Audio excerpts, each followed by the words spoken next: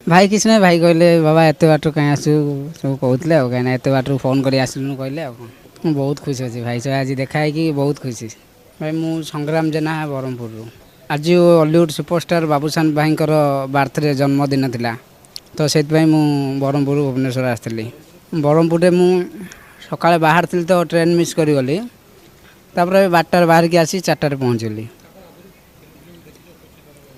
ଭାଇଙ୍କର ତ ସବୁ film first day first show ମୁଁ ଦେଖିଛି। ଫାର୍ଷ୍ଟ ଡେ ଫାର୍ଷ୍ଟ ଶୋ ସବୁ ଫିଲ୍ମ ଦେଖେ।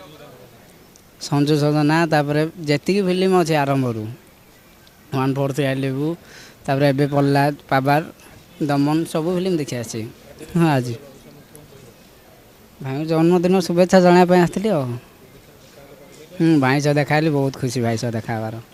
କେକ୍ କାଟିଲି, ଭାଇ ସହ ଦେଖା ହେଲି, ମାନେ ବହୁତ ଖୁସି ଆଜି ବ୍ରହ୍ମପୁର ଆସିଥିଲି ତ। ନାଇଁ ନାଇଁ ବରହମପୁର ନାହିଁ, ଭୁବନେଶ୍ୱରରୁ